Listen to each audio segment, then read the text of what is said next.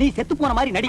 ஊர் ஜனங்களையும் இன்சூரன்ஸ் ஆபீசர்களையும் உல்டா பண்ணி நான் கைக்குள்ள போட்டு அமைக்கிறேன். நீங்க அமைக்கிறீங்க, ஆனா என்ன பவிச்சுவாங்களே. புதைக்கிட்டோம், எனக்கு என்ன? இந்த காமெடியில நீங்க பார்த்த ஒரு விஷயத்த நிஜமாவே டெல்லியில அரங்கேற்றி இருக்கிறாங்க ஒரு கும்பல்.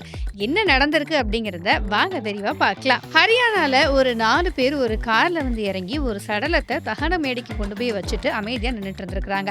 எங்களுடைய சொந்தக்காரர் தான் இவரு அப்படின்னு அங்க இருக்கக்கூடியவங்கள்ட்ட சொல்லியிருக்கிறாங்க. இறுதி சடங்குக்கு தேவையான எல்லா பொருட்களையும் வாங்கி கொடுத்துட்டு பதட்டமாவே நின்றுட்டு இருந்திருக்கிறாங்க. இது எல்லாத்தையும் பார்த்து அந்த தகனமேடையில இருந்த நகராட்சி ஊழியர் சந்தேகம் அடைஞ்சிருக்கிறாரு. இவங்களுடைய சடலம் என்னதான் இருக்கு அப்படின்னு பாக்கிறதுக்காக அந்த போர்வையை விலைக்கு பார்க்கும் பொழுதுதான் உள்ள பொம்மை இருந்தது அவருக்கு தெரிய வந்திருக்கு. உடனே போலீஸ்க்கு அவர் தகவல் தெரிவிக்கிறாரு. சம்பவ இடத்துக்கு போலீஸ்காரங்க உடனே வராங்க. இதை பார்த்துட்டு அங்கிருந்து 4 பேர்ல ஒருத்தர் மட்டும் தப்பிச்சு ஓடிடுறாரு. மிச்சம் 3 பேரையுமே போலீஸ்காரங்க கைது பண்றாங்க.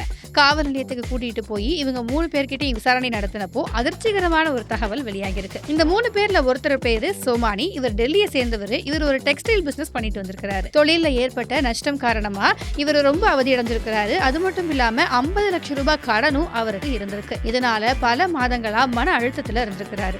இந்த நேரத்துல தான் இவருக்கு ஒரு தகவல் கிடைச்சிருக்கு. அதாவது இவருடைய கடையில வேலை பார்த்த நீரஜ் அப்படிங்கிறவருடைய சகோதரர் அன்ஷுல் அப்படிங்கிறவரு 50 லட்சம் ரூபாய்க்கு டாடா ஏஐஏல இன்சூரன்ஸ் எடுத்திருக்கிறது இவர் காதுக்கு தெரிய வருது. இப்படியாவது இந்த அமௌண்ட்டை மட்டும் நம்ம கைப்பற்றிட்டோம் அப்படின்னா நமக்கு இருக்கிற எல்லா கடனும் தீந்துரும் அப்படின்னு சொல்லி சூப்பரா 2 பேரும் திட்டம் போடுறாங்க. என்ன அப்படின்னா அன்ஷுல் இறந்த மாதிரி ஒரு செட்டப் ரெடி பண்ணி அந்த பொம்மையை எரிச்சு அன்ஷுல் தான் உண்மையாவே இறந்துட்டாரு அப்படின்னு சொல்லி அந்த இன்சூரன்ஸ் கம்பெனில இருந்து 50 லட்சம் ரூபாய் ஆட்டையை போடுறதுக்காக இவங்க 2 பேரும் சூப்பரா ஒரு பிளான் பண்ணிருக்காங்க. கடைசியில இந்த பிளான் தகனமேடையில இருந்த நகராட்சி ஊழியர் மூலியமா அம்பலத்துக்கு வந்திருக்குது. இதை பத்தி சோமானியோட போன்ல இருந்து அன்ஷுலுக்கு வீடியோ கால் பண்ணி விசாரிச்சப்போ இது பத்தி எனக்கு எதுவுமே தெரியாது அப்படின்னு சொல்லியிருக்கிறாரு. இந்த மாதிரி சுவாரஸ்யமான பல தகவல்களை நீங்க தெரிஞ்சுக்கணும்னு நினைச்சீங்கன்னா ப்ரோவோக் நியூஸை லைக் பண்ணுங்க, சப்ஸ்கிரைப் பண்ணுங்க.